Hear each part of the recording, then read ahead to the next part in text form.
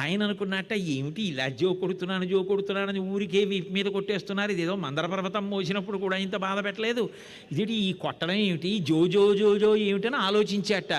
ఓహో వీళ్ళకు అలవాటైంది, రాత్రి అయ్యేటప్పటికి పడుకుంటారు, వీళ్ళందరినీ జో నే కొట్టి నిద్రపుచ్చుతా, నేను నిద్రపోను, నేను నిద్రపోతే లోకాలని చూసేవాడెవడు, వీళ్ళు నేను ఈ లోకంలో పుట్టినందుకు నన్ను పడుకోమని జో కొట్టేస్తున్నారు, పడుకుంటే తప్ప వీళ్ళు వీపు మీద కొట్టడం ఆపరు, పడుకున్నానని ఎప్పుడు నమ్ముతారంటే కళ్ళు మూసేస్తే ఊరుకుంటారని, నిద్రపోయిన వాళ్ళ కళ్ళు మూసుకు పడుకుంటే అమ్మయ్య యశోద నీ కొడుకు పడుకున్నాడని జాగ్రత్తగా పడుకోబెట్టేశారు. అందుకని ఆ పోతన గారు అంటారు, రమణుల్ జోకొట్టిపాడ నిదురం గైకొను క్రియనూరకుండే కను తెరవకయున్. కళ్ళు తెరవకుండా ఏదో నిజంగా జోకొడితే నిద్రపోయిన పిల్లవాడిలా నిద్రపోయిన వాడిలా నటిస్తున్నాడు కృష్ణ పరమాత్మ. ఈలోగా ఆ ప్రాంతానికి పూతన రానే వచ్చింది, అనేక మంది శిశువుల్ని చంపేస్తోంది, చంపుతూ ఆ ప్రాంతానికి వచ్చింది. లోపల కృష్ణ పరమాత్మ ఉన్నారు. ఓహో ఇక్కడ పళ్ళు రాని పిల్లాడు, నిన్ననే పుట్టిన పిల్లాడు, పాలు తాగుతున్న పిల్లాడు ఉన్నాడు, వీడిని చంపాలనుకుంది. వెంటనే లక్ష్మీదేవిలా రూపాన్ని ధరించింది. అంటే లక్ష్మీదేవి ఎంత అందంగా, ఎంత శోభస్కరంగా, ఎంత మంగళప్రదంగా ఉంటుందో అటువంటి మంగళప్రదమైన రూపాన్ని పొంది ఆ నందవ్రజంలో నడిచి వచ్చేస్తోంది. చిన్న ఊరు కదూ, కొత్త వాళ్ళు వస్తే ఇట్టే తెలిసిపోతుంది ఎవరి కోసం అండి అంటారు. మీరు బాగా పల్లెటూళ్ళకి వెళ్ళండి, వెళ్ళగానే వాళ్ళు అడుగుతారు ఎవరి కోసం అండి అంటారు. ఎంత ప్రేమగా మాట్లాడతారు. వచ్చి లోపల నుంచి పిల్లాన్ని పిలిచి రే సందులు తిరగలరో తిరగలేరో దగ్గరుండి తీసుకెళ్ళి చూపించి వచ్చేయరా అంటారు. అంత ప్రేమ ఉంటుంది. వాళ్ళు బయటికి వచ్చి చూశారు ఎవరీవిడా అని. సిరిమమ్మం బ్రతకంగ చూచుటకొనై శృంగార వేషంబుతో నరుదేనోపునటంచు గోపికలు చిక్వల్ రాక మోహించి తత్పరలై చూడ లతాంగిపోయి కనియన్ పర్యంక మధ్యంబునన్ బరుభస్మానల తేజు దుర్జనవధ ప్రారంభకున్ డింబకున్ అంటారు. ఆమె అంత మంచి వేషం కట్టి గబగబా ఆ యశోద ఇంట్లోకి వెళ్ళింది. ఊయలలో పడుకుని ఉన్నాడు. ఆయన ఏమీ తెలియని పసిపిల్లవాడు ఎలా పడుకుంటాడు అలా గాఢ నిద్రలో ఉన్న పిల్లలు చిన్న గుర్రు కూడా పెడుతుంటారు, అలా చిన్న గుర్రు పెడుతూ నిద్రపోతున్న వాళ్ళ నిద్రపోతున్నాడు. ఆమె వెళ్ళి చూసింది, ఓహో ఈ పిల్లవాడు నిన్ననే పుట్టుంటాడు, పసికందు పడుకున్నాడు, పాలు తాగుతున్నవాడు, కానీ ఎంత బాగున్నాడో, వీడిని చంపేయాలి తప్పదు అనుకుని వెళ్ళి చూసింది.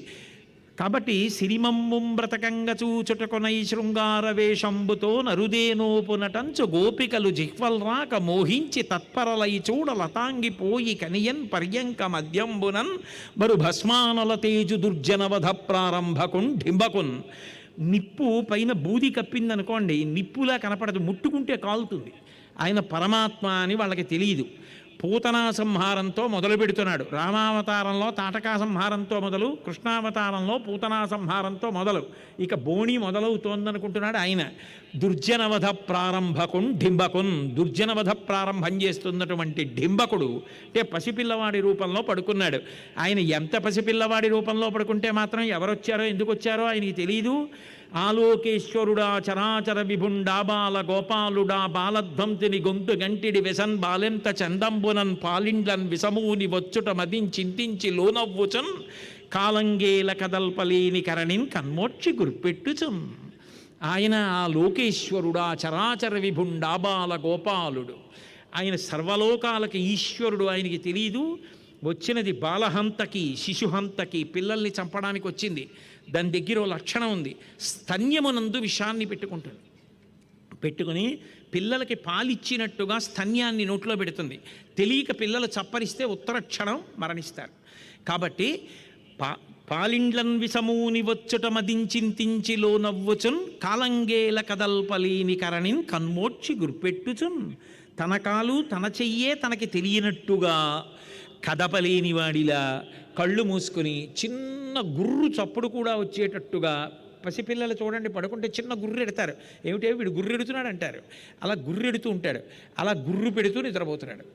ఆవిడ దగ్గరికి వచ్చి చూసింది. నాచను బాలొక గుక్కెడు ఓ చిన్ని కుమార త్రావు మొయ్యన పిదపన్ నీ చెలువ మెరుగవచ్చును నా చెలువము సఫలమగును నలినదలాక్ష అంది. ఎంత అందంగా ఉన్నావురా పిల్లాడా, నేను కూడా ఈ అందంగా ఉన్న వేషం ఎందుకు కట్టానో తెలుసా? ఇంత అందంగా ఉన్న నువ్వు నోటి వెంట నొరగల కక్కుకు చచ్చిపోయి కాళ్ళు చేతులు పక్కన పడిపోతే చూడడానికి వచ్చాను. నా అందం ఈ రూపం సఫలం అవ్వాలంటే ఈ అందం పోవాలి, నువ్వు ఈ ప్రాణాలు పోవాలి. కాబట్టి దానికోసం నా చనుబాలు కొంచెం తాగు. నా చనుబాలొక గుక్కెడు ఓ చిన్ని కుమారత్రావు మొయ్యన పిదపన్ని చెలువ మెరుగవచ్చును నా చెలువము సఫలమగును నల్లిన దలాక్ష అని ఆ పిల్లవాడిని తీసుకుని ఒళ్ళో పడుకోబెట్టుకుని ఆయనకి స్తన్యం ఇవ్వడానికి ప్రయత్నిస్తోంది. గాఢ నిద్రలో ఉన్నాడు కృష్ణ పరమాత్మ, నటిస్తున్నాడు. ఈలోగా చూశారు రోహిణి యశోద, ఎవరమ్మా నువ్వు వచ్చి మా పిల్లాడికి పాలిస్తున్నావు? మా పిల్లవాడు అన్యుల పాలు స్వీకరించాడు, వద్దు వద్దు వద్దు వద్దని వాళ్ళు గబగబా పరిగెత్తుకొస్తున్నారు. కానీ ఈలోగా ఆమె స్తన్యాన్ని ఆయన నోట్లో పెట్టడానికి ప్రయత్నించింది. మేల్కొన్న తెరుగున మెల్లన కనువిచ్చి క్రీగంట చూచుచుగిదిసి నీల్గి ఆవులించుచు చేతులాదరంపు అకసంబున జాపి ఎదుగిలయ్యా కొన్న యోజనూది బిగిచన్ను కవకేల కబళించి పీడించి గుక్క గుక్కకు గుటుకు గుటుకు మనుచు ఒక రెండు గుక్కలను విధ ప్రాణముల సైతము మేనిలో సత్వమెల్ల తావెనదియును గుండెలు తల్లడిల్ల దిమ్మ తిరుగుచు నిలువక శిరము వ్రాల ఇతర బాలుర క్రియవాడ వివు కావు చన్ను విడువుము చాలుననుచు. మహానుభావుడు శాబ్దిక ప్రత్యక్ష ప్రసారం చేశారు. మేల్కొన్న తెరకున మెల్లన కనువిచ్చి క్రీగంట చూచు గిదిసి నీల్గి. పసిపిల్లల్ని ఎక్కడికో వెళ్ళాలి, గుళ్ళోకి వెళ్ళి రావాలి, ముందు కాసిన పాలిచ్చి తీసుకెళ్ళిపోతానని తల్లి బలవంతంగా లేపితే వాడు ఏదో లేవలేక లేచిన వాళ్ళ ఇలా బలవంతంగా కనురెప్పలు విప్పి మళ్ళీ కళ్ళు మూసేసి నిద్రపోవడానికి ఉద్యుక్తుడైపోతూ ఆ బోసినోరోసారి తెరిచి ఆవలించేసేసి రెండు చేతులు పైకెత్తి ఏదో ఇలా ఒళ్ళు విరుచుకున్నట్టుగా ఓసారి నడువంతా ఇలా సింహం తిప్పినట్టుగానే చిన్ని కృష్ణుడు కూడా నడుం తిప్పి ఆవులించి చెయ్యెత్తి విప్పలేక కళ్ళు విప్పినట్టుగా విప్పి కళ్ళు మూసి చిన్ని చెయ్యి తీసి ఆమె స్తన్యం మీద పెట్టి ఆ స్తన్యాన్ని నోట్లో పెట్టుకుని గట్టిగా పట్టుకుని గుక్కకు గుటుకుమనుచు వినపడేటట్టుగా గుటుక్కుమని చప్పుడు వచ్చేటట్టుగా 2 గుటకల పాలు తాగాడంతే.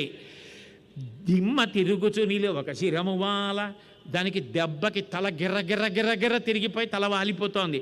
ఇతర బాలుర క్రియవాడ వివు కాదు చన్ను విడువుము చాలుననుచు. ఇదెక్కడ పిల్లాడివిరా బాబోయ్, ప్రాణం పోతోంది, వదిలేయి అంటుంది ఆవిడ. పట్టి విడువరాదు నా చెయ్యి, ఆయన ఒకసారి పట్టుకుంటే వదిలిపెడతాడా? ఆ 2 గుక్కల పాలతో పాటు ఆమె శరీరంలో ఉన్నటువంటి ప్రాణములనన్నిటినీ కూడా లాగి అవతల పారేశాడు. లాగేగానే ఆమె నేల మీద పడిపోయి చచ్చిపోయింది. అదేదో సామాన్యమైన రూపంతో చనిపోలేదు, చనిపోయేటప్పుడు యథార్థ స్వరూపం వచ్చేస్తుంది.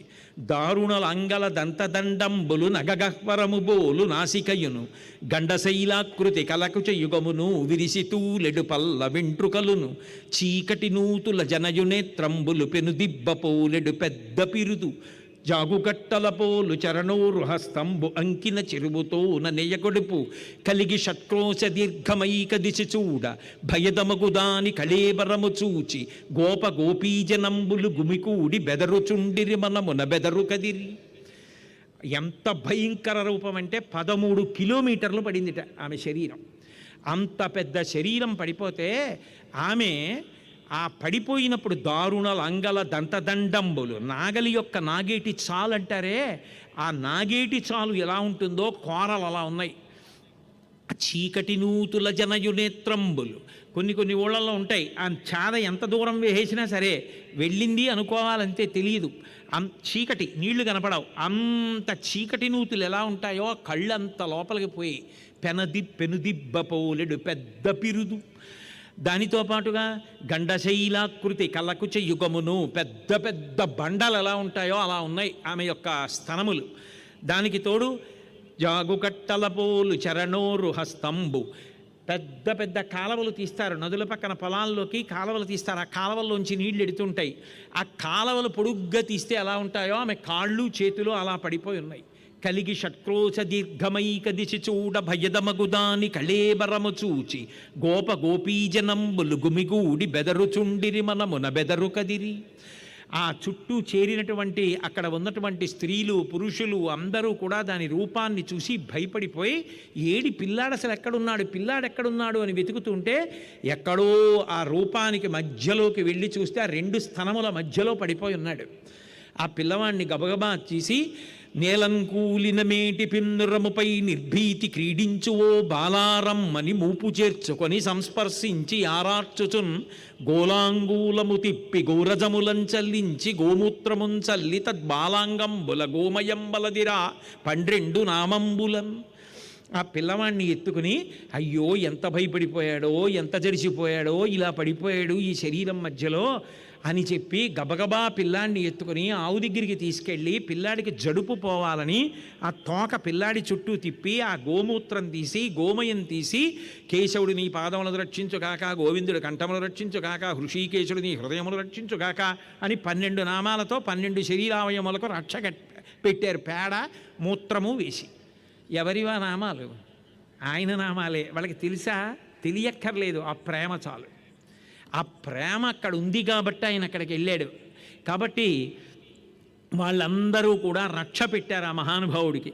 పెట్టి ఆ పిల్లాన్ని తీసుకెళ్లారు. పోతన గారు అన్నారు, విషధరరిపు గమను నికిని విషగళసకు నినికి విమల విషజయను నికిన్ విషభవ భవ జనకు నికిని విషకుచను విషము కొనుట విషమేత లపన్ అన్నారు. ఆయన ఎవరు? విషధరరిపు గమను నికిని, పాములలో ఉండే విషాన్ని కూడా తినగలిగినటువంటి వాడు గరుత్మంతుడు. అటువంటి గరుత్మంతుడి మీద ఎక్కి వెళ్ళేటటువంటి వాడికి విషగళసకు నినికి, కంఠంలో విషం ఉన్నటువంటి హాలాహల భక్షణం చేసి లోకాల్ని కాపాడినటువంటి పరమశివుని యొక్క స్నేహితుడైనటువంటి కృష్ణ పరమాత్మకి విషభవ భవ జనకు నికిని. విషం అంటే నీళ్ళని ఒక అర్థం. నీళ్లల్లో పుట్టిన తామర పువ్వు, ఆ తామర పువ్వు నాభికమలం అయితే అందులోంచి పుట్టినటువంటి చతుర్ముఖ బ్రహ్మగారికి తండ్రి అయినటువంటి వాడు విషభవ భవ జనకు నికిని విషకుచను విషము కొనుట విషమేత లపన్. ఆయన విమల విషసయ్యను నికిన్, నీళ్ల మీద పడుకునేటటువంటి లక్షణం ఉన్నవాడు, క్షీరసాగరం మీద. అటువంటి వాడికి ఒక రాక్షస స్త్రీ యొక్క స్తన్యంలో ఉన్న విషాన్ని తాగి చంపేయడం పెద్ద లెక్క. అంత ఆశ్చర్యపోయి వింటారేమిటి అన్నారు పోతన గారు. ఈలోగా నందుడు ఆ మధురానగరానికి వెళ్ళాడు. కట్టవలసిన కప్పం కంసుడికి కట్టేశాడు. వసుదేవుడిని వెళ్ళి పలకరించాడు. ఉత్పాతాలు వస్తున్నాయని వసుదేవుడు చెప్పాడు. అందుకని గబగబా తిరిగి వచ్చేస్తున్నాడు. వచ్చేస్తుంటే పెద్ద పూతన శరీరం పడిపోయింది. మహానుభావుడు వసుదేవుడు చెప్పాడు, బ్రహ్మజ్ఞాని, ఇది పరమసత్యం. మన ఊరి మీదకి ఏదో పెద్ద భూతం వచ్చిందనమాట, ఇది చనిపోయిందని. దీన్ని ఇప్పుడు కాల్చేస్తే ఎంత భయంకరమైన వాసన వస్తుందోనని గొడ్డళ్ళు తీసుకొచ్చి ముక్కలు ముక్కలుగా నరికేసి తాళ్ళు కట్టి ఈడ్చుకుపోయి ఊరవతలు ఎక్కడో దూరంగా పారేసి ఒంటి నిండా కొవ్వు, రాక్షస స్త్రీ కదా, అగ్ని సంస్కారం చేశారు. చేసి ఏదో దుర్వాసన వస్తుందనుకని ఉత్తరీయాలు ముక్కుకు అడ్డెట్టుకున్నారు. రగిలి రగిలి పొగులు మగువ దేహము నుండి అగరు పరిమళముల పొగలు వెడలే, దేహకల్మషములు శ్రీహరి ముఖమున త్రావబడుట చేసి భూవరేణ్య. ఆమె రగిలి రగిలి కాలిపోతుంటే ఆమె శరీరంలోంచి అగరవత్తుల వాసనలు వస్తున్నాయి. అగరవత్తులు కాల్చి పెడితే ధూపం వస్తుందో అటువంటి వాసన వస్తుంది. ఎందుకు వచ్చింది అంటే ఆమె రాక్షసియే కావచ్చు, ఎంతమందినో చంపి ఉండొచ్చు, కనీసం తల్లిలా నటించింది చాలు. తల్లిలా నటించి ఆయనకి పాలివ్వడానికి ప్రయత్నించింది. ఆ ప్రయత్నించినప్పుడు ఆయన చేతులు ఆవిడ మీద వేశాడు, ఆ కాళ్ళు ఆయన మీద వేశాడు. పూతన్న. ఇప్పుడు ఆమె యందు ఏ పాపం లేకుండా పోయింది. హరితన మీదన్ కరములు పదముల నిడి చన్ను కుడిసి కదిసిన మాత్రం హరిజన నిపగిది పరగతిక రిగెను దురితములు బాసి అసురాంగనయున్.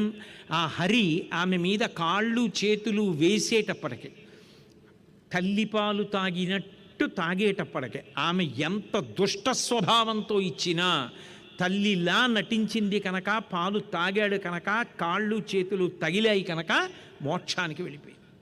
అందుకే ఇక పాపములు లేవు శరీరంలో. ఆ శరీరాన్ని కాలుస్తున్నప్పుడు అగరు పరిమళముల పొగలు వెడలే, దేహకల్మషములు శ్రీహరి ముఖమున త్రావబడుట చేసి భూవరేణ్య. వెన్నునికొక పరివిషమగు చన్నిచ్చిన బాల హంత్రి చనినటది వికిన్, వెన్నుని కనిపించుచు తన చలి మరియు జన్మము కలదే.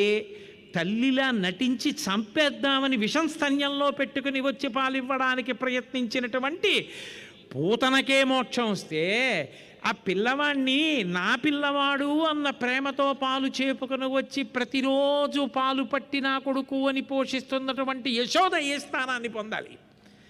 పాలిచ్చి నటించిన పూతన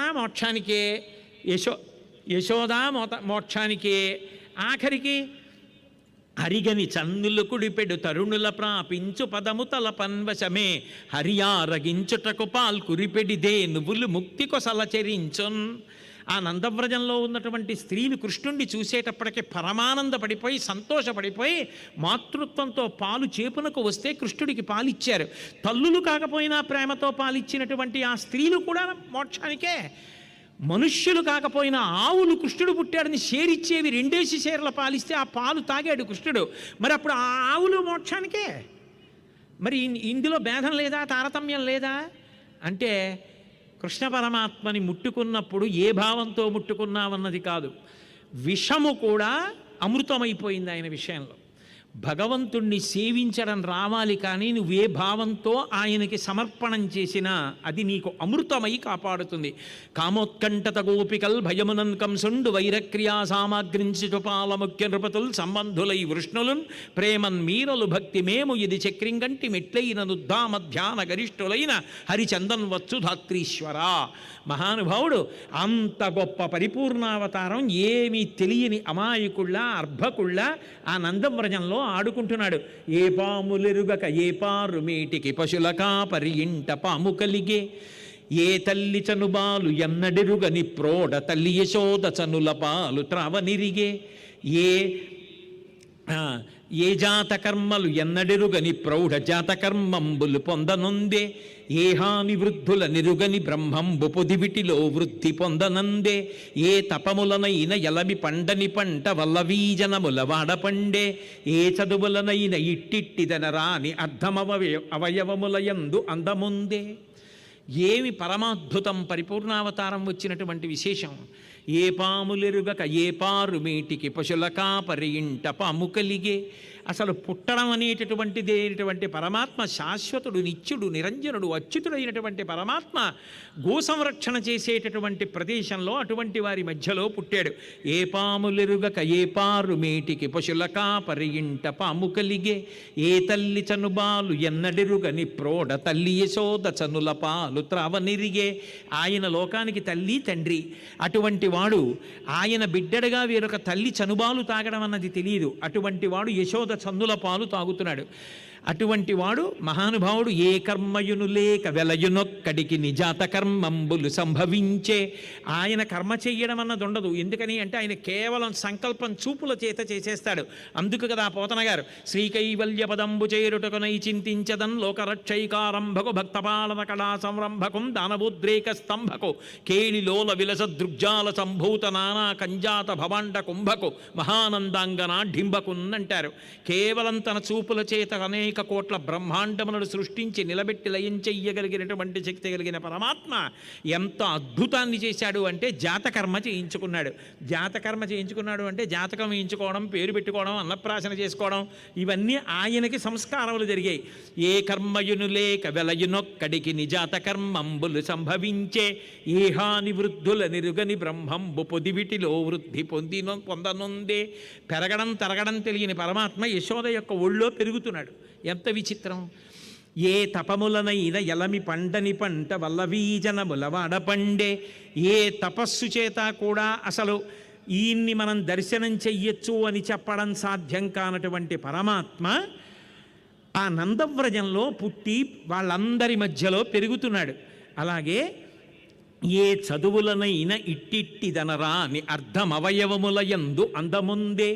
ఎంత చదువుకున్నవాడైనా ఆయన యొక్క గొప్పతనాన్ని చెప్పడానికి ఆ చదువులు సరిపోవు. ఎన్ని పరికరాలున్నా ఆయన యొక్క గొప్పతనాన్ని రాయడానికి సరిపోవు. ధరణీ సభ కాగజకరావు లేఖిని సభ బనరాయి సాత సమంతకి మసికరావు హరిగుణలిఖా నజాయ్ అంటాడు కబీర్దాస్ గారు. నేను అరణ్యంలో ఉన్న చెట్లనన్నింటినీ నరికి తీసుకొచ్చి కలంగా మార్చుకొని సప్త సముద్రాల్లో ఉన్నటువంటి పదార్థాన్ని సిరాగా మార్చుకొని భూమినంతటినీ కాగితంగా చేసుకున్నా భగవంతుని గుణములు వ్రాయడానికి సరిపోలేదు అన్నాడు హరిగుణలిఖా నజాయ్. అటువంటి పరమాత్మ ఏ చదువుల చేత ఇలా ఉంటాడు అని చెప్పడం సాధ్యం కాదో అటువంటి పరమాత్మ భూమి మీద అవతరించి పెరిగి పెద్దవాడై ఆడుకుంటున్నాడు. ఏం అదృష్టం. అసలు ఆయన గురించి చెప్పడం ఎవరికి సాధ్యం అవుతుంది? రామకృష్ణ పరమహంస దగ్గరికి వెళ్ళి ఎవరో అడిగారు, ఇంగిలి కాని వస్తువు లోకంలో ఏదైనా ఉందా అని అడిగారు. అడిగితే రామాయణం ఎంగిలైపోయింది, భారతం ఎంగిలైపోయింది, భాగవతం ఎంగిలైపోయింది. నేను ఇప్పుడు భాగవతంలో పద్యాలు చెప్తుంటే నా నోట్లోంచి వస్తుంటే పద్యం ఎంగిలైపోలా? రామాయణం భారతం ఎంగిలైపోలా? అన్నీ ఎంగిలైపోయాయి. ఎంగిలి కానిది ఏమిటి? ఆత్మ ఒక్కటే. ఎందుకంటే ఆత్మని అనుభవించడమే తప్ప ఆత్మ గురించి చెప్పడం ఎవరికీ సాధ్యం కాదు. యతో వాచో నివర్తంతే అప్రాప్య మనసా సహా. వాక్కు మనసు చెప్పడం సాధ్యం కాక ఎక్కడికి వెనక్కి తిరిగిపోతాయో అక్కడే ఆత్మ. అది అనుభవంలో తెలుస్తుంది. ఆత్మ ఘనం, ఆనంద ఘనమే కృష్ణ పరమాత్మ. ఏ చదువుల చేత ఇట్టిట్టిదనరాని అర్ధం అవయవముల యందు అందముందే. అటువంటి పరబ్రహ్మతత్వం అవయవాల యొక్క సంఘాతంగా పిల్లవాడిగా పెరుగుతూ ఆడుతూ కనపడితే అదే కృష్ణ పరమాత్మ అయింది. అటువంటి కృష్ణ పరమాత్మ యొక్క బాల్యక్రీడలు నడుస్తున్నాయి. పూతనా సంహార ఘట్టం ఇవాళ పూర్తయింది. మళ్ళీ రేపటి రోజు సాయంకాలం 6 గంటలకి తిరిగి కలుసుకున్నప్పుడు పరమాత్మ నా చేత ఏ లీలలు పలికిస్తే ఆ లీలలు పలుకుతానని మెదవ చేసుకుంటూ రేపు సాయంకాలం 6 గంటలకి తిరిగి కలుసుకుందాం. మంగళాశాసన పరై మదాచార్య పురోగమై సర్వైశ్చ పూర్వైరాచార్యై సత్కృతాయాస్తు మంగళం. మంగళం కోసలేంద్రాయ మహనీయ గుణాత్మనే చక్రవర్తి తనూజాయ సర్వభౌమాయ మంగళం. ఉమాకాంతాయ కాంతాయ కామితార్థప్రదాయినే శ్రీగిరీశాయ దేవాయ మలినాథాయ మంగళం. సర్వం శ్రీ ఉమామహేశ్వర పరబ్రహ్మార్పణమస్తు. స్వస్తి.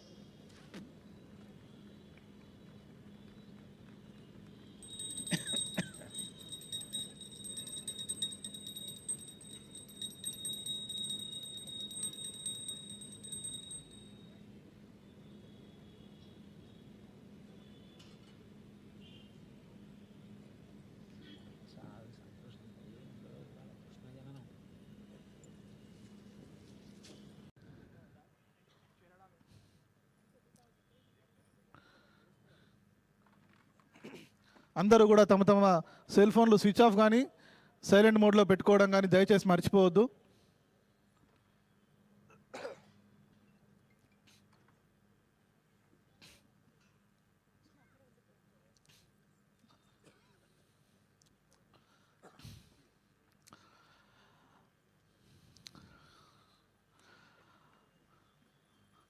జ్ఞానభిక్ష పెట్టి మన జీవితాల్లో వెలుగును చూపించే జ్ఞానఖడ్గంగా గురువులు ప్రతి జీవితాల్లో కూడా అత్యంత ప్రాధాన్యత కలిగిన పాత్రను పోషిస్తూ ఉంటారు. అట్లాంటి ఆధ్యాత్మిక దారిని మనకు చూపిస్తున్నటువంటి చాగంటి కోటేశ్వరరావు గారి స్వామివారికి జోగినిపల్లి శ్రీనివాసరావు గారు, అదేవిధంగా జోగినిపల్లి స్వరూప గారులు స్వామివారికి పుష్పమాలతో అలంకరించి స్వామివారికి వందనం సమర్పించారు.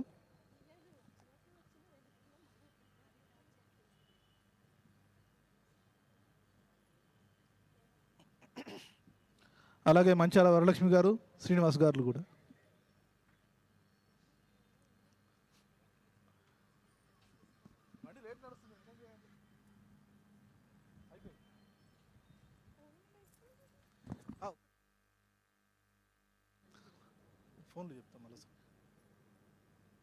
దయచేసి అందరూ కూడా తమ తమ సెల్ ఫోన్లు స్విచ్ ఆఫ్ చేసుకోవాల్సిందిగా కోరుతూ ఉన్నాం.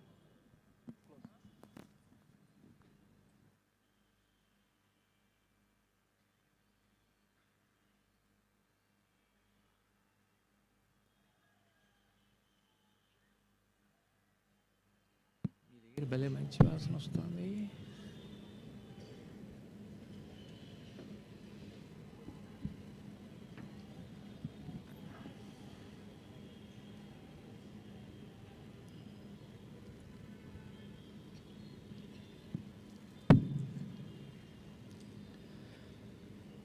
శుక్లాంబరధరం విష్ణుం శశివర్ణం చతుర్భుజం ప్రసన్నవదనం ధ్యాయేత్ సర్వవిఘ్నోపశాంతయే. గురుర్బ్రహ్మా గురుర్విష్ణుః గురుర్దేవో మహేశ్వరః గురుస్సాక్షాత్ పరం బ్రహ్మ తస్మై శ్రీ గురవే నమః. వ్యాసాయ విష్ణురూపాయ వ్యాసరూపాయ విష్ణవే నమో వై బ్రహ్మనిధయే వాసిష్ఠాయ నమో నమః. కూజంతం రామ రామీతి మధురం మధురాక్షరం ఆరుహ్య కవితాశాఖాం వందే వాల్మీకికోకిలం. శృతిస్మృతిపురాణానాం ఆలయం కరుణాలయం నమామి భగవత్పాదశంకరం లోకశంకరం. వాగర్ధావివ సంపృక్తౌ వాగర్ధ ప్రతిపత్తయే జగత పితరౌ వందే పార్వతీ పరమేశ్వరౌ. నారాయణం నమస్కృత్య నరం చైవ నరోత్తమం దేవీం సరస్వతీం వ్యాసం తతో జయముదీరయేత్. హరి ఓం. పరమేశ్వర స్వరూపమైన సభకి నమస్కారం. శూరసేనుడు అనబడేటటువంటి రాజు యదువంశమునకు చెందినటువంటి వారు మధురా నగరాన్ని రాజధానిగా చేసుకుని పరిపాలిస్తూ ఉండేవాడు. అనేక యుగాలలో మధురా నగరానికి విష్ణు భగవానుడికి ఒక గొప్ప అవినాభావ సంబంధం. ఆయన మధురా నగరాన్ని రాజధానిగా చేసుకుని పరిపాలిస్తున్నటువంటి సమయంలోనే భోజవంశానికి చెందినటువంటి ఉగ్రసేనుడు అనబడేటటువంటి రాజు కూడా ఉన్నాడు. ఆ ఉగ్రసేనుడు అనబడేటటువంటి రాజుకి దేవకుడు అనే ఒక సోదరుడు. వాళ్ళిద్దరి యొక్క పిల్లలే కంసుడు, దేవకీదేవి. దేవకుని యొక్క కూతురు కాబట్టి దేవకి భోజవంశమునకు చెందినటువంటి ఆ ఉగ్రసేనుడి యొక్క కుమారుడు కంసుడు. ఆ కారణం చేత కంసుడు, దేవకీదేవి ఇద్దరు అన్నా చెల్లెళ్ళు, అన్నదమ్ముల బిడ్డలు. అలాగే శూరసేనుని యొక్క కుమారుడు వసుదేవుడు. ఆ వసుదేవునికి ఈ దేవకీదేవినిచ్చి వివాహం చేశారు. వివాహం చేసిన తరువాత శూరసేన మహారాజు గారు సహజంగా గొప్ప రాజ్యాన్ని పరిపాలిస్తున్నటువంటి మహానుభావుడు. దానికి తోడు దేవకుడు కూడా బహు ఐశ్వర్య సంపన్నుడైనటువంటి రాజు. కాబట్టి కూతురు వివాహమైన తర్వాత కూతురు కాపరానికి ఎడుతుంటే చాలా గొప్ప సారె, ఎన్నో ఏనుగులు, గుర్రాలు, రథాలు, దాసదాసీ జనాలు, అమూల్యమైన ఆభరణాలు అన్నీ ఇచ్చి పంపించాడు. సారథి ఉండి రథాన్ని తోలడానికి సిద్ధంగా ఉన్నప్పటికీ చెల్లెల మీద ఉన్నటువంటి అపారమైనటువంటి ప్రేమ చేత కంసుడే స్వయంగా దేవకీ వసుదేవులు కొత్తగా వివాహమైనటువంటి దంపతులు కూర్చున్నటువంటి రథాన్ని తోలడానికి సిద్ధపడ్డాడు. ఆయన సారథి స్థానంలో కూర్చుని పగ్గాలు పట్టుకుని గుర్రాలు తోలుతున్నాడు.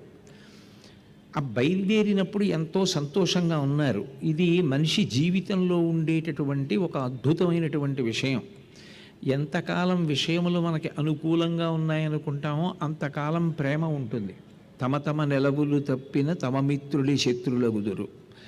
అది ఆ ఆనుకూల్యత భావం లోపిస్తే శత్రుత్వం ఏర్పడుతుంటుంది.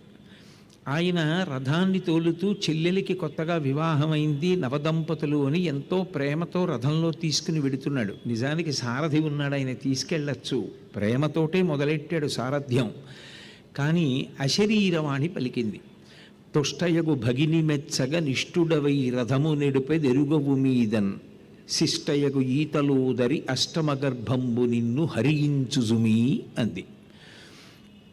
చిత్రం ఏమిటంటే అశరీరవాణి అనేటటువంటి మాటే చాలా ఆశ్చర్యకరమైన మాట.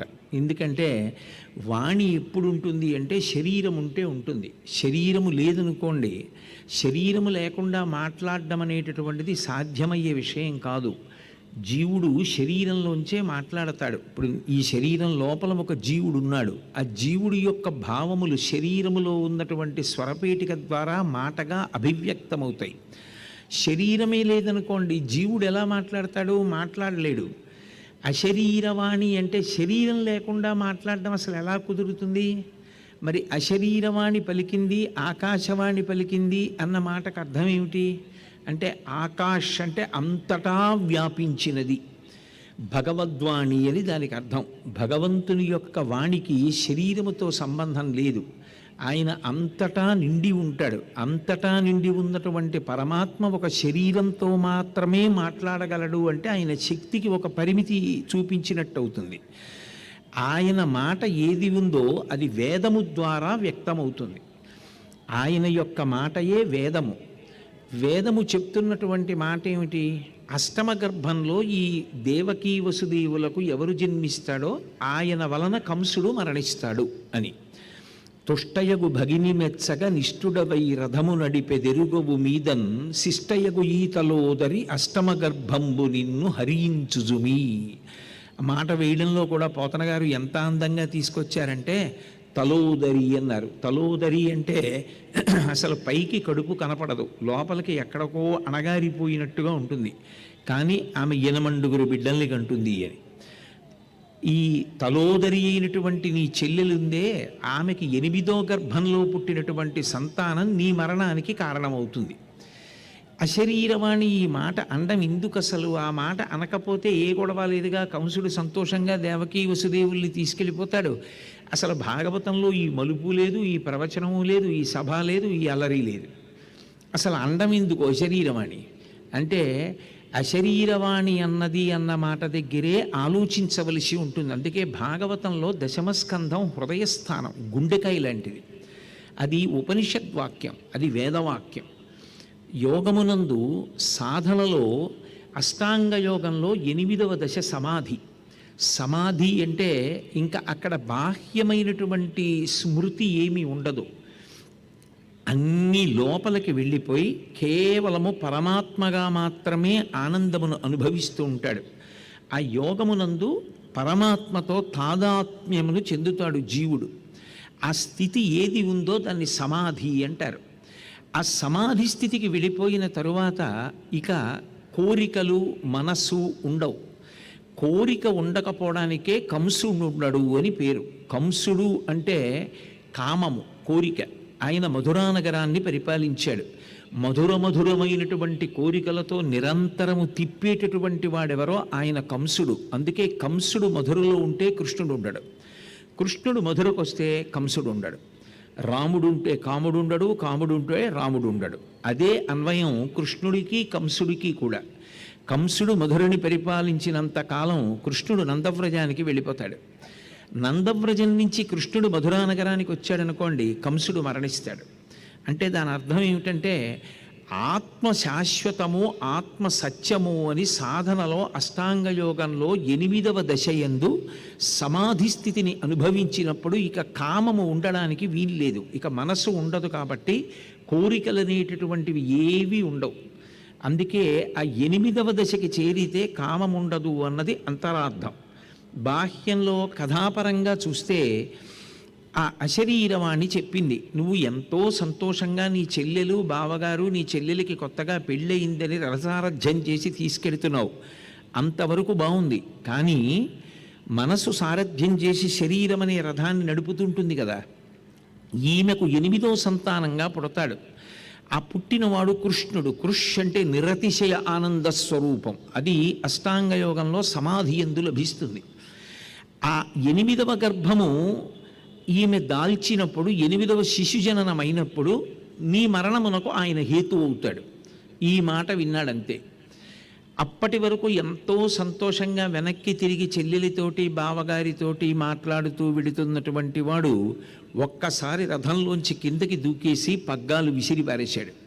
విసిరేసి చెల్లెలు కొత్తగా పెళ్ళయింది, కాళ్ళ పారాణి కూడా ఆరలేదు, మంగళప్రదమైనటువంటి ఆభరణములతో ఆమె శోభిస్తోందన్న విషయాన్ని విస్మరించి ఆమె జుత్తు పట్టుకుని కిందకి ఈడ్చేసి వెంటనే కత్తి ఒరలోంచి తీసి ఆమె కుత్తుక కోసైపోయాడు.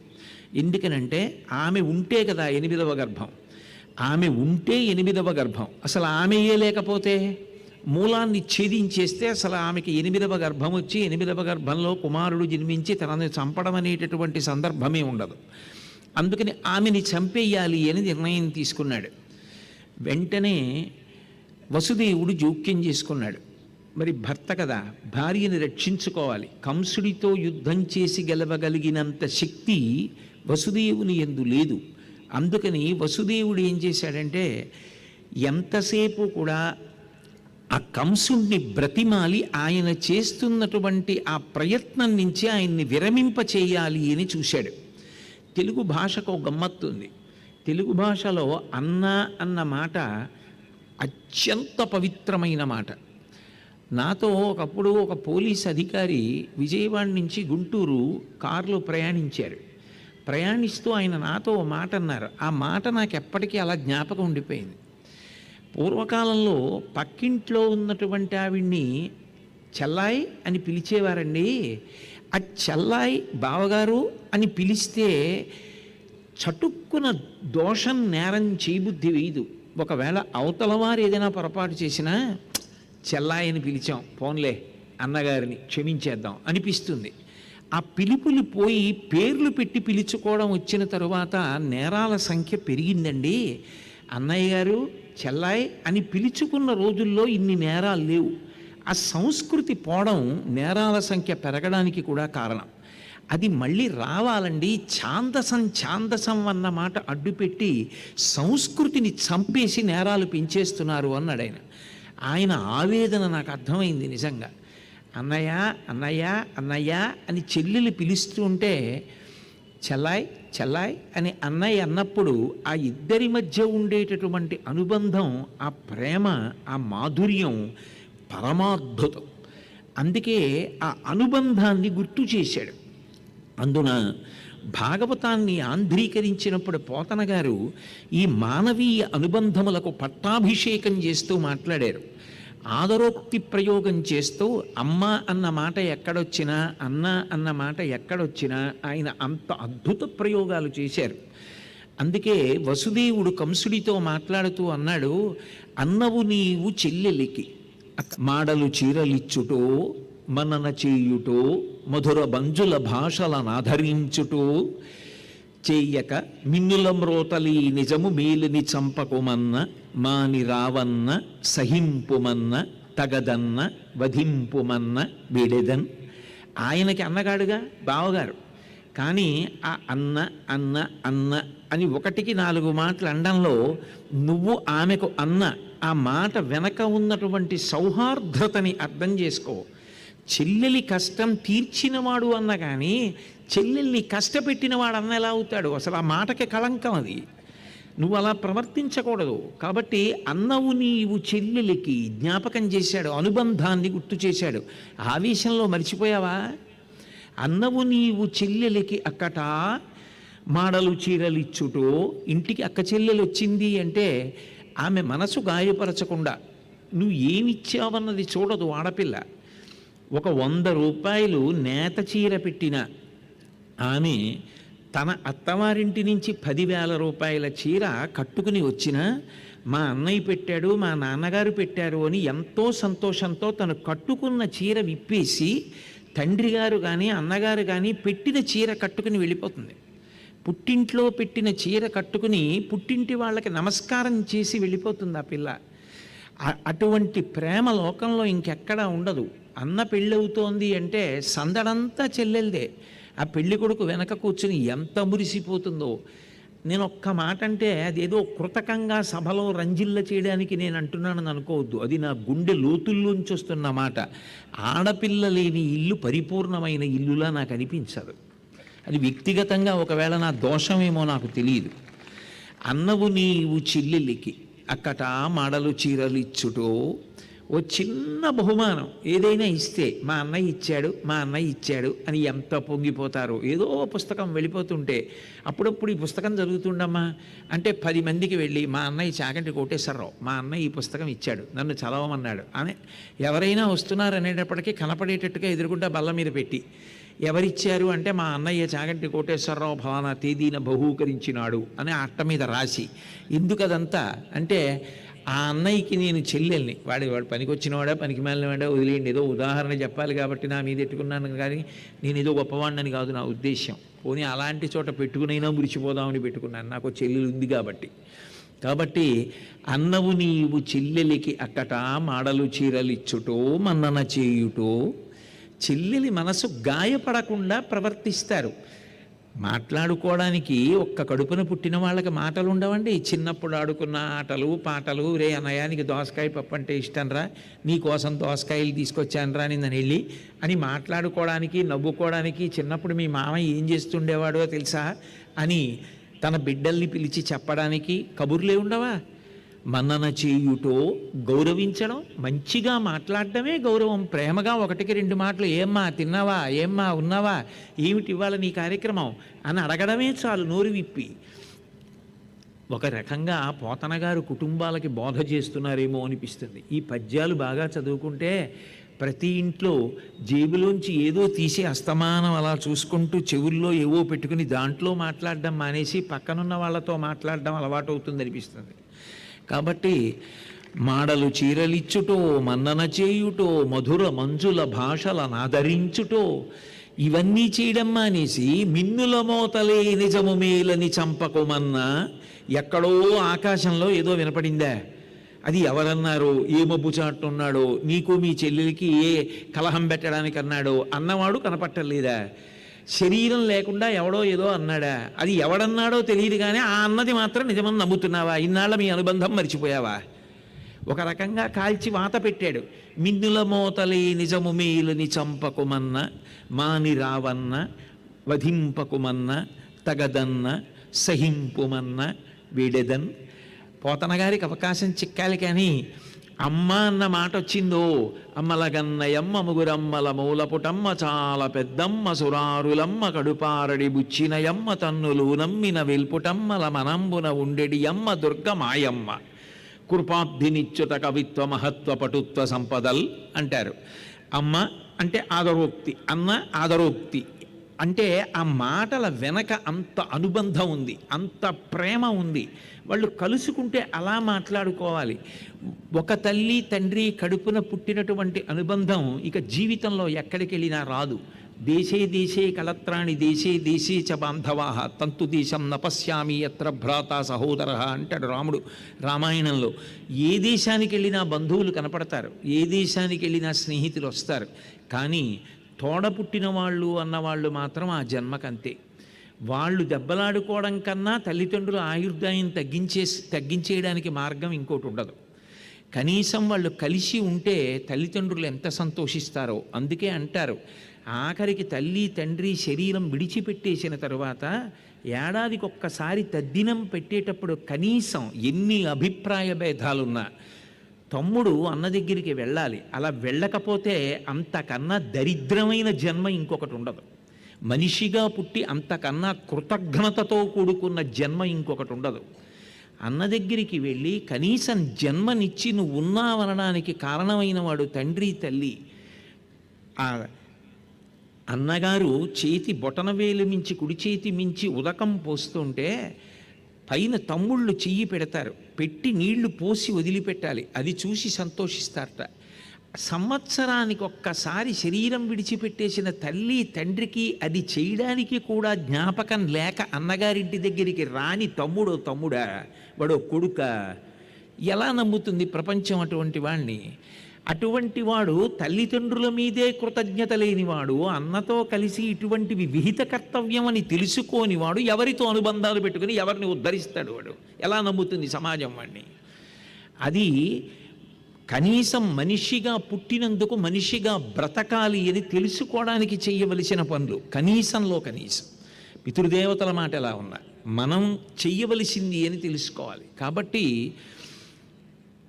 మాని రావన్న వధింపకుమన్న తగదన్న సహింపుమన్న వేడెదన్.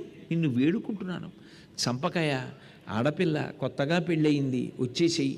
అయినా బావా నీకు తెలియని విషయం కాదు, ఈ సృష్టిలో వచ్చినటువంటి ప్రతి ప్రాణికి జనన తేదీ ఎలా ఉంటుందో మృత్యువుకి కూడా అలాగే ఉంటుంది. యథార్థం చెప్పాలంటే ఎవరెవరు ఏ శరీరంతో వచ్చాడో ఆ శరీరం విడిచిపెట్టేయడానికి ప్రక్రియ కూడా జరిగిపోతూ ఉంటుంది. భాగవతంలోనే పోతన గారే చెప్పినటువంటి ఉపమానం, ఒక గొంగళి పురుగు ఉందనుకోండి, ఆ గొంగళి పురుగు ఒక చెట్టు మీదకి ఎక్కి ఒక ఆకు మీదకి ఎక్కి ఆకుని తింటూ తన కడుపు నింపుకుంటూనే ఆకు మూడైపోతున్నప్పుడు అవతల ఆకు మీదకి వెళ్ళిపోవడానికి మార్గం సుగమం చేసేసుకుంటుంది. ఆకు బరువు తగ్గిపోయి తను కింద పడిపోకుండా చూసుకుని కొంత భాగం ఉందనగానే తల ఎత్తి దగ్గరలోకి వచ్చిన ఆకు మీదకి మారి మెల్లగా శరీరాన్ని అవతల ఆకు మీదకి లాగి యువతల ఆకుని వదిలిపెట్టేస్తుంది. పురుషుడు అంటే నా ఉద్దేశ్యం జీవుడు అని. జీవుడు కూడా తాను చెయ్యవలసినటువంటి కర్మలు చేస్తూ తాను వెళ్ళిపోవడానికి ఇతర శరీరంలో ఎందులోకి వెళ్ళిపోవాలో దానికి కావలసిన వంట వండేసుకుంటున్నాడు. నువ్వు ఏ పుణ్యం చేస్తున్నావో, ఏ మంచి పనులు చేస్తున్నావో దాన్ని బట్టి నువ్వు ఏ శరీరంలోకి వెళ్ళాలో దాన్ని వండేసుకుంటున్నావు. నువ్వు ఏ పనులు చెయ్యట్లేదో, ఏ మంచి కర్మలు చెయ్యట్లేదో దాని చేత ఎందులోకి వెళ్ళిపోవాలో కూడా నువ్వే వండేసుకుంటున్నావు, నిర్ణయం చేసుకుంటున్నావు. కాబట్టి వెళ్ళిపోవడం అన్నది తథ్యం కదా బావా, కానీ వెళ్ళిపోయేటప్పుడు ఎక్కడో ఆకాశంలోంచి ఏదో మాట వినపడింది అని చెప్పి నువ్వు నీ చెల్లెల్ని చంపేస్తే లోకం నిన్నేమంటుంది? ఇంతకన్నా దుర్మార్గుడు లోకంలో ఇంకొకడు ఉండడు, ఇంతకన్నా అధర్మాత్ముడు ఇంకొకడు ఉండడు అంటుంది. పైగా ఎప్పటి గర్భం? 8వ గర్భం. 8 ఏళ్ళు నువ్వు సుఖంగా బతుకుతావు.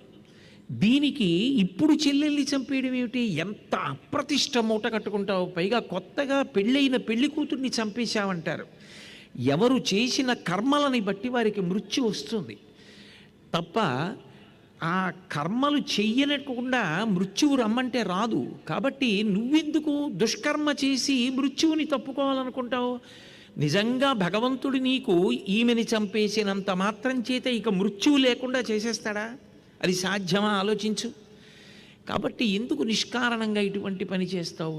నా మాట నమ్ము. కర్మలు కదా కీడు చేసినా, కర్మలు కదా ఫలితాలు ఇచ్చినా, అయినప్పుడు దుష్కర్మ చేసి నువ్వు శాశ్వతంగా ఉండగలదని ఎలా అనుకుంటున్నావు? అది తర్కానికి అందదు కదా. అందుకని వదిలిపెట్టేసేయి నీ ప్రయత్నాన్ని అన్నాడు. ఆయన వదిలిపెట్టడానికి ఇష్టపడలేదు. రాక్షసత్వం అన్న మాటకు అర్థం అదే. నేను సుఖపడితే చాలు, ఇతరులు దుఃఖపడినా నాకు అనవసరం.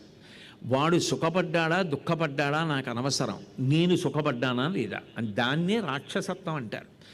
నేను సుఖపడ్డం కాదు, నేను సుఖపడ్డంలో వాళ్ళ యొక్క ఘోరమైన ఏడుపు ఉంటుంది, దాని జోలికొద్దు అంటే వాడు మనిషి కాదు. వాళ్ళు ఏమైనా అయిపోని నేను సుఖపడ్డానా లేదా, అదే రాక్షసత్వం. అది పరమ ప్రమాదకరం. దాన్ని గిల్లేసి తుంచేయాలి చిన్నతనం నుంచి. ఆ భావనలు పెరుగుతున్నాయంటే కాలి బొటనవేలు కింద పెట్టి ఆ భావనలు నలిపేయకపోతే ఎక్కడి నుంచో రారు రాక్షసులు, మనుష్యుల మనసులోంచి విజృంభిస్తారు. కాబట్టి ఎన్ని మంచి మాటలు చెప్పినా దేవకీదేవిని విడిచిపెట్టడానికి కంసుడు అంగీకరించలేదు. మన పురాణాలలో గొప్పతనం ఏమిటంటే ఉపోద్ఘాతం ఇచ్చేటప్పుడు కంసుడు అనగా దుర్మార్గుడు అలా మొదలు పెట్టరు. జరుగుతున్న కథని బట్టి వాళ్ళ ప్రవర్తనని బట్టి ఎవరు ఎటువంటి వారన్నది మీరు గ్రహించాలి.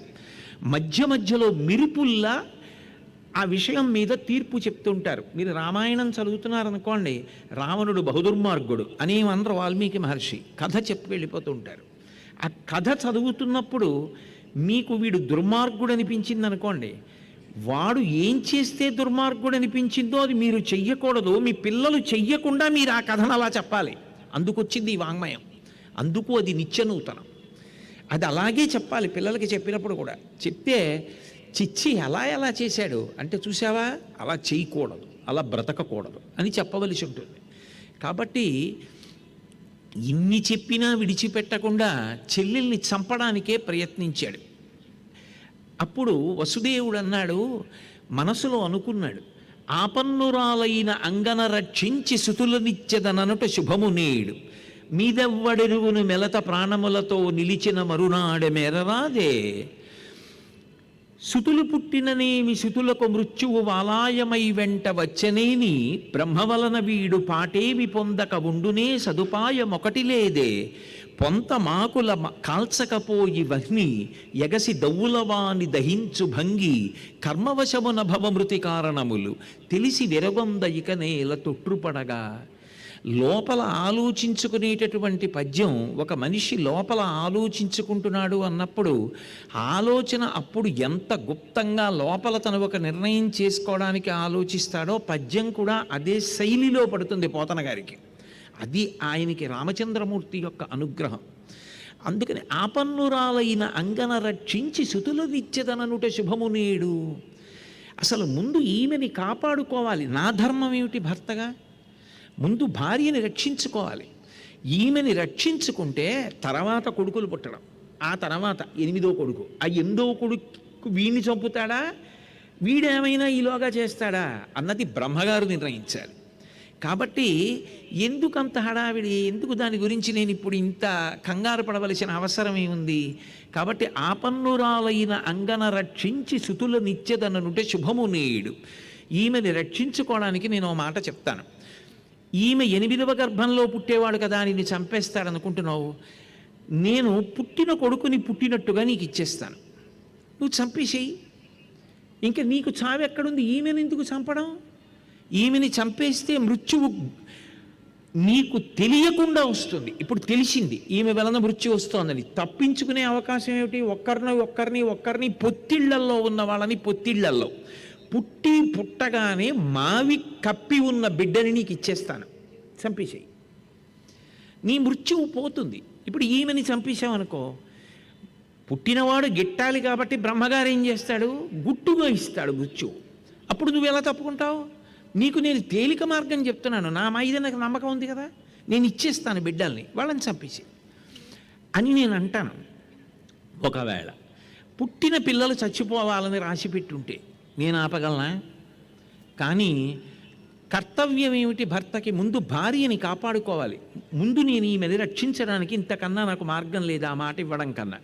సుతులు పుట్టిననేమి సుతులకు మృత్యువు వాలాయమై వెంట వచ్చనేమి, బ్రహ్మ వలన వీడు పాటేమి పొందక ఉండునే సదుపాయం ఒకటి లేదే. 8వ గర్భం అంటే ఇంకా 8 ఏళ్ళు సమయం ఉంది. ఈ లోపల బ్రహ్మగారు ఏం చేస్తాడో, వీడి పాపాలప్పటికి 7 పిల్లల్ని చంపుతాడు, ఆమెని అంత బాధ పెడతాడు. తోడ పుట్టింది 7 పిల్లల్ని పుట్టిన వాళ్ళని పుట్టినట్టు చంపేస్తే ఎంత ఏడుస్తుంది. ఆ ఏడుపు వీడిని కట్టి కొడపదా? బ్రహ్మగారు చూడ్డా? ఈ లోపల ఏదో ఉపాయం దొరకదా? ఈ లోపల ఏదో ఒకటి జరగదా? కాబట్టి నేను ఇప్పుడు దీని గురించి ఆలోచించడం అనవసరం, ముందు భార్యని రక్షించుకోవాలి. అయినా ఎవరు చేసిన కర్మ చేత వారు వెళ్ళిపోతూ ఉంటారు. పొంత మాకుల కాల్చకపోయి వహ్ని, ఒక్కొక్కసారి అడవి అంటుకుపోతుంది. అడవి అంటుకుపోయినప్పుడు విచిత్రం ఏంటంటే అక్కడే ఉంటుందో ఎండుపుల్ల, ఆ ఎండుపుల్లను వదిలేస్తుంది. అడవి అంటుకున్నప్పుడు విచిత్రం ఏమిటంటే అగ్నిహోత్రం దూకి వెడుతుంది. అదేమి ఇలా మంట మండుతూ వెడుతున్నట్టు వెళ్ళదు. ఎప్పుడో చాలా కాలం క్రితం 1975 అనుకుంటాను, నేను ఒకసారి శ్రీశైలం నుంచి కిందకి దిగుతుంటే దావాగ్ని చూశాను అంటుకోవడం. అది దూకుతూ వెడుతుంది దావాగ్ని. అయినప్పుడు ఆ ఎండిపోయిన పుల్లను వదిలేస్తుంది, ఎక్కడో దూరంగా ఉన్న పచ్చని చెట్టు మీదకి వెళ్ళి చెట్టును కాలుస్తుంది. పొంత మాకులవాని దహించక వహ్ని ఎగసి దవులవాని దహించురు ఈతి. ఎక్కడో దూరంగా ఉన్నదాన్ని కాల్చేయడం ఏమిటి, పక్కనే ఉన్న ఎండుపులను వదిలేయడం ఏమిటి? ఏమనాలి అప్పుడు? దానికి జవాబు ఏం చెప్పాలి అంటే, అది చేసుకున్న కర్మ అనాలి, అంతే. అది చేసుకున్న అదృష్టం అనాలి. కర్మ సిద్ధాంతమే కదా అక్కడికి వచ్చేది. కాబట్టి నేను కర్మ సిద్ధాంతమే కదా ఇప్పుడు చెప్పాను ఆ కంసుడితోటి. అందుకని ఏం జరిగితే అది జరుగుతుంది. కర్మవశమున భవమృతి కారణములు తెలిసి వెరగొంద ఇక నేల తొట్టుపడగా. ఇది తెలిసి నేను ఎందుకు బెంగ పెట్టుకోవడం? కాబట్టి ఆ మాట అంటాను, మాట ఇస్తాను. గబ్బ లోపల ఆలోచించుకున్నాడు. కత్తి ఎత్తి చెల్లెల్ని చంపడానికి సిద్ధపరుచుడి నుంచి తన భార్య అయిన దేవకీదేవిని రక్షించుకోవడానికి తీవ్రమైనటువంటి ఆలోచన చేసినటువంటి వసుదేవుడు ఏదో కృతకంగా మాట ఇవ్వడం కాదు. ఒకవేళ నిజంగా పుట్టిన పిల్లల్ని పుట్టినట్టు చంపడానికి ఇచ్చేయవలసి వస్తే ఇచ్చేయడానికి ఆయన వెనకాడడం. మాట ఇస్తే వెనక్కి తిరగడిక, అది వసుదేవుడి యొక్క లక్షణం. కాబట్టి ఆయన కంసుడితో ఒక మాట అన్నాడు. ఈ లలనకు పుట్టిన కొమరుల వలనం తెగిదనుచు గగనవాణి పలికెనంచు నీ వలిగెదవేని, ఈ మృగాక్షికి కల కొమరుల చంపనిత్తు క్రమమున నీకున్.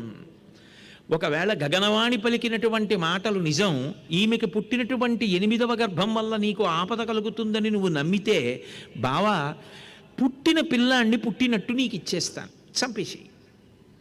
8 పిల్లల్ని చంపేసేయి. అప్పుడు నీకు ఇంకా నమ్మకం తీరిపోతుంది కదా. అమ్మయ్యా 8 చంపేశాను, అది ఏదో ఆకాశంలోంచి వినపడింది, నా చేతిలో 8 చచ్చిపోయిన తర్వాత ఇంకా నన్ను చంపేవాడు ఎవరైనా ధైర్యం కలుగుతుంది కదా. ఈమెని చంపేయడం ఎందుకు? నీకు మంచిది. ఇప్పుడు నీకు గుప్తంగా మరణం వచ్చే అవకాశం ఉండదు. నీ మృత్యువుకి కారణాన్ని నువ్వు చంపేశావు కాబట్టి నువ్వు అనుకున్నట్టు శాశ్వతంగా ఉంటావు. ఇప్పుడు నిజంగా చెప్పాలంటేనండి, మృత్యువుని అంగీకరించడంలో మనిషికి ఒక హెచ్చరిక ఉంటుంది, ఒక భయం ఉంటుంది. దొంగలు పడ్డారు పక్కింట్లో, రాత్రి మన ఇంటికి గట్టిగా తాళాలు వేసుకుంటాం. మా తాతగారు వెళ్ళిపోయారు, మా నాన్నగారు వెళ్ళిపోయారు, మా అమ్మగారు వెళ్ళిపోయారు, వాళ్ళందరూ చేతకాక వెళ్ళిపోలేదుగా. కాబట్టి వాళ్ళందరూ వెళ్ళిపోయినప్పుడు నేను కూడా వెళ్ళిపోవలసి ఉంటుంది కదా ఒకనాడు. కాబట్టి అది అంగీకరించగానే బ్రతికినంతకాలం ఎంత జాగ్రత్తగా బతుకుదామన్న భయం ఉంటుంది. వాళ్ళందరూ చేతకాక చచ్చిపోయారు, నాకేమవుతుంది అన్నవాడికి విచ్చలవిడితనం కలిగేటటువంటి అవకాశం ఉంటుంది. మృత్యువు తప్పించుకోలేని పరిణామము అని అంగీకరించగలిగితే మనిషి ధార్మికంగా బ్రతకడానికి ఒక పూనిక కలుగుతుంది. భగవంతుడి దగ్గర జవాబుదారీగా నిలబడాలి. ఎందుకు వచ్చిన అగచాట్లు, ఎందుకు వచ్చిన ఈ అల్లరి నాకొద్దు, నేను పవిత్రంగానే బతుకుతానని ఒక తీర్మానం చేసుకు బ్రతుకుతాడు. మనిషిని నియంత్రించగలిగినది అదొక్కటే. అందుకే ఈ దేవకీదేవికి కలిగినటువంటి సంతానాన్ని ఎప్పుడు పుట్టిన వాళ్ళని అప్పుడే తెచ్చి నీకు ఇచ్చేస్తానన్నాడు. దానికి సంతోషించాడు. ఇదేదో బాగుంది. ఎందుకనంటే ఇప్పుడు కాదు అని ఈమెని చంపేస్తే అపకీర్తి వస్తుంది. అపకీర్తితో పోదు. రేపొద్దున్న బ్రహ్మగారు నన్ను గుట్టుగా చంపే ప్రయత్నం చేస్తాడు. పైకి తెలియదు నేను ఎలా చనిపోతానన్నది. ఇప్పుడు తెలిసింది కాబట్టి యనమండుగురిని చంపేస్తే నాకు మృత్యు ఉండదు. ఏమైనా అర్థం ఉందా ఆలోచనకి? అదే రాక్షసత్వం అంటే. ఎంతమంది ఏమైపోయినా పర్వాలేదు, నేను బాగుంటే చాలు. అటువంటి ఆలోచన రాకూడదు. నేను కొంచెం కష్టపడ్డా పర్వాలేదు, 10 మందికి ప్రయోజనం కలిగితే చాలు. అదే మనుష్యత్వం. అదే త్యాగశీలతతో కూడుకున్నటువంటి బుద్ధి. త్యాగేనైకే అమృతత్వమానసహు. ఎవడు అటువంటి త్యాగబుద్ధితో బతుకుతాడో వాడు అమృతత్వమును పొందుతున్నాడు. దానికి పరమేశ్వరుడు మెచ్చి కౌగిలించుకునేది. అంతేకాని 100 మంది కష్టపడ్డా పర్వాలేదు, నేను బాగుంటే చాలు సుఖంగా. అది ఉండకూడదు జీవితంలో. అసలు ఆ లక్షణమే రాకూడదు. కాబట్టి కంసుడు సంతోషించాడు, వెళ్ళిపోయాడు. ఈయన దేవకీదేవిని తీసుకుని వెళ్ళిపోయాడు ఇంటికి. వెళ్ళిపోయిన తర్వాత మొట్టమొదటి కుమారుడు పుట్టాడు. పలికిన పలుకుల తిరుగక సొలయక వంచనము లేక కలిగిన కుమరుల ఇచ్చిన వసుదేవుండు తక్క ఇతరులు ఇలలం కలరే. అసలు ఇచ్చిన మాట కోసమని చెప్పి కట్టుపడాలి అని చెప్పి పలికిన పలుకుల తిరుగక సొలయక వంచనము లేక సుతుల రిపునకన్ అలగక ఇచ్చిన వసుదేవుండు. అయ్యో ఎప్పుడో కొడుకు పుట్టాక ఇస్తానండి అనడం వేరు. కొడుకు పుట్టిన తర్వాత పసికందుని ఆమె ఇచ్చేయాలి అంటే ఎంత ఏడుస్తుంది. అందులో దేనికి? చంపేయడానికి. పట్టుకెళ్ళి ఇచ్చేస్తూ ఉంటే అది నిజమా తెలీదు, అబద్ధమా తెలీదు. ఎప్పుడు 8వ గర్భం అంటే 1వ గర్భం నుంచి చంపడానికి ఇచ్చేయాలంటే మాట మాత్రం తిరగను, ఆ మాట ఇచ్చాను, తప్పడానికి కాదు, మోసం చేయడానికి కాదు అని పట్టుకెళ్ళి ఇచ్చేసినటువంటి వాడు వసుదేవుడు. అటువంటి వాడు ఇలనం కలరే. అటువంటి వాళ్ళు ఎవరైనా ఉంటారా లోకంలో? అది ఆయన ధర్మం. భాగవతంలో 2 తీవ్రమైన వ్యతిరేక కోణాలు కనిపిస్తాయి. 8వ గర్భానికి చచ్చిపోతావురా అంటే కనపడ్డ వాళ్ళందరినీ చంపేస్తున్నాడు కంసుడు. 7 రోజుల్లో చచ్చిపోతావురా అంటే ఇక మళ్ళీ నేను చచ్చిపోకుండా ఉండడానికి ఏం వినాలో చెప్పండి అని కూర్చున్నాడు పరీక్షిత్. వీళ్ళిద్దరి వల్ల భాగవతం వచ్చింది. అది విచిత్రం. కాబట్టి పలికిన పలుకుల తిరగక సొలయక వంచనము లేక సుతుల రిపునకున్ అలగక ఇచ్చిన ధీరుండిల వసుదేవుండు తక్క ఇతరులు కలరే. అటువంటి ధీరుడు వసుదేవుడు తప్ప ఈ భూమి మీద ఇంకొకరు ఉంటారా? ఎంత ఏడ్చి ఉంటుందో దేవకీదేవి. కథ వినడం తేలిక, కానీ కథ విన్నప్పుడు మనసునందు కలిగిన ఆర్ద్రతయే పాపచింతనని పోగొడుతుంది. తప్పు, ఇటువంటి పనులు చేయకూడదు మనం అన్న భావన కలుగుతుంది. సరే, ఒకళ్ళు అయిపోయారు, 2 అయిపోయారు, 3 అయిపోయారు, 4 అయిపోయారు, 5 అయిపోయారు, 6 అయిపోయారు. 6 అయిపోయిన తర్వాత ఇక 7వ సంతానం కలగాలి. నిజంగా ఆ దేవకీదేవి ఎంత ఏడుస్తుంటుంది, ఆ వసుదేవుడు ఎంత ఏడుస్తూ ఉంటాడు. లోకంలో ఎక్కడైనా స్త్రీ గర్భంతో ఉంటే ఆమెని మానసికంగా సంతోషంగా ఉండేటట్టు చూడండి అంటారు. దేవకీదేవి గర్భంతో ఉన్న దగ్గర నుంచి ఏడుస్తూనే ఉంటుంది. ఎందుకని? బయటికి వచ్చి చచ్చిపోవడానికేగా లోపల ఊపిరి పూసుకొని పెరుగుతున్నావు. నేనేగా ఇచ్చేయాలి పుట్టగానే. ఆయన పట్టుకెళ్ళి ఇచ్చేయాలిగా అన్నయ్యకి. పైగా పైవాడు కాడు చంపుతున్నది అన్నయ్యే, అది ఘోరంగా చంపుతాడు. వాడికి ఇచ్చేయాలి కదా. అందుకోసం ఒక్కసారి చూడ్డానికి ఇంత కష్టపడి కడుపులో మొయ్యడం. ఆవిడ ఎంత బాధపడి ఉంటుంది ప్రతి క్షణం, ఎంత నరకం అనుభవించి ఉంటుంది. అయినా ఆయన సంతోషంగానే ఉన్నాడు. అప్పుడు ఏమనాలా జీవితాల్ని? ఎప్పుడో భాగవతం జరిగిందనకో, అలా నువ్వు బ్రతకకుండా ఉండు చాలు. లేకపోతే కంసుడి కథకి మన కథకి వేరు లేకుండా పోతుంది స్మా అని చెప్పడం. ఎందుకని అంటే కంసుడు గత జన్మయందు కాలనేమి, కాలమునకు నేమి అంటే ఇరుసు లేకుండా కదలదు చక్రం. ఆ కాలనేమి కంసుడిగా వచ్చాడు. కంసుడు అంటే కామం, కోరిక. కోరిక అన్నది ధర్మబద్ధమై నిలబడినప్పుడు దాన్ని తీర్చుకోవడం అలవాటైతే పర్వాలేదు. కోరికల వెంట పరిగెత్తడం తప్ప, కోరికని తీర్చుకోవడానికి ప్రయత్నమే తప్ప అది ధార్మికమా అధార్మికమా అన్నది చూడడం వదిలిపెట్టి తీర్చుకోవడం అలవాటైంది అనుకోండి, అందులోనే రాక్షసత్వం వస్తుంది ఏదో ఒకనాడు అలా అలవాటైపోతే ఎంత ప్రమాదకరంగానైనా కోరిక తీర్చుకుంటాడు. అప్పుడు అంతకన్నా రాక్షసుడు ఇంకొకడు లోకంలో కనపడ్డం. కాబట్టి అది ముందు నుంచి ఆ జాగ్రత్త, ఆ తనని పరిశీలించుకోవడం, శీల వైభవం, అంత జాగ్రత్తగా ఈ కోరిక నాకు రాకూడదు, ఇది ధర్మచట్టంలో ఇమడదని దాన్ని దూరంగా తోచేయడం అలవాటు చేసుకోవాలి. అందుకంటారు భగవాన్ రమణులు, లోకాన్ని చూడడం గొప్ప కాదు, తన మనసుని తాను చూసుకుంటూ ఉండడం గొప్ప. ఏం మాటలు చెప్తోంది, ఏ ఆలోచనలు చెప్తోంది, ఎటువైపుకి ఈడ్చేస్తోంది పరిశీలించుకోవడం గొప్ప. తన ఇంట్లో పెంచుకుంటున్న కుక్క తన కాలుని కొరకబోతే మూతి మీద కొట్టడం గొప్ప కాదు, తన మనసు తనకి అక్కర్లేని ఆలోచనలు చెప్తున్నప్పుడు మొయ్యి ఏమిటి ఆలోచనలు చెప్పడం అనడం గొప్ప. కాబట్టి అప్పటికి 6 పిల్లల్ని ఆయన చంపేసేయాలి. కానీ 6 పిల్లల్ని చంపేస్తాడు, 6 పిల్లలు తప్పుకుంటారు. తప్పుకోవడం అనేటటువంటిది వాళ్ళ విషయంలో జరగదు, కంసుణ్ణి తప్పుకుంటారని ఊహ కూడా చెయ్యలేము అని అనుకుంటాం. కానీ కథలో ఒక గొప్ప చమత్కారం. ఏమిటా చమత్కారం అంటే, మొదటి బిడ్డ పుట్టగానే వసుదేవుడు పట్టుకెళ్ళి కంసుడికి ఇచ్చాడు. కంసుడు ఆ పిల్లవాడి వంక చూశాడు, చూసి అన్నాడు, బావా నాకెందుకు నిష్కారణమైన అపకీర్తి, 8వ గర్భంలో పుట్టేవాడు కదా నన్ను చంపేవాడు, వీణ్ణి చంపేయడం ఎందుకు, తీసుకెళ్ళిపో. కానీ పిల్లవాడు పుట్టగానే తీసుకొచ్చి చెప్తూ ఉండు, నేను లెక్క పెట్టుకోవాలి కదా అన్నాడు. ఇది మరీ కష్టం. ఎందుకో తెలుసా, పుట్టగానే చచ్చిపోతాడని బెంగ పెట్టుకుని కనడం ఎంత కష్టమో, పుట్టినవాణ్ణి ఊరుకుంటున్నాడు కానీ ఎప్పుడు ఏ ఆలోచన వస్తుందో, వచ్చిన తర్వాత 8వ వాడిని చంపేవాడి సమయానికి 8 అంటే బావా కింద నుంచి పైకి 8, పైనుంచి కిందకి 8 అని నాకు అనుమానం వచ్చింది అన్నాడు అనుకోండి. అప్పుడు 8 అంటే 8 ఒకటైతే 1 8 అవుతుంది, 1 1 అయితే 8 8 అవుతుంది. అప్పుడు 8 ఒక్కసారే చంపుతాడు. అప్పుడు అనుబంధాలు ఏమవుతాయి, ఈ పిల్లల్ని పెంచింది ఈ ప్రేమ ఏమవుతుంది. అప్పుడు ఆ పిల్లల్ని చూస్తూ వాళ్ళు పరిపూర్ణమైన ప్రేమతో సంతోషంగా ఉండగలరా? ఇది వసుదేవుడికి దేవికి పెద్ద కష్టమై కూర్చుంది. 6 పిల్లల్ని తీసుకెళ్ళి చూపించాడు, 6 పిల్లల్ని వెనక్కి ఇచ్చేశాడు. 6 పిల్లలు పెరుగుతున్నారు, ఏదో కొంత సంతోషం దేవికి. ఏదో పిల్లల్ని వదిలిపెట్టాడు కదా, పోన్లీ కీడెంచడం ఎందుకు, బతుకుతారేమో, 8వ వాడు ఒక్కడిని చంపేస్తాడు.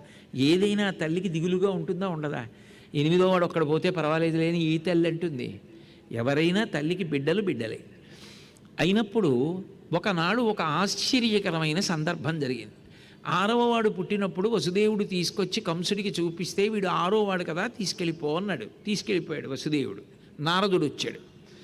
ఒకనాడు నారదుండు ఇయ్యన కంసుని ఇంటికి చనుదించి ఏకతమున మందలోపలనున్న నందాదులను వారి భార్యలు పుత్రులు బాంధవులను దేవకి మొదలుగా గల తెరవలు వసుదేవుడాదిగా కల సర్వ యాదవులను సురలు కాని నిజము నరుడు కారని తెలిపి కంసుండ నీవు రక్కసుడవనియు దేవమయుడు చక్రి దేవగీదేవికి పుత్రుడిగా జనించు ఈ భూతలంబును చెరుప పుట్టిన సకల దానవుల నెల్ల చంపునను తెలిపి చనియదివికి.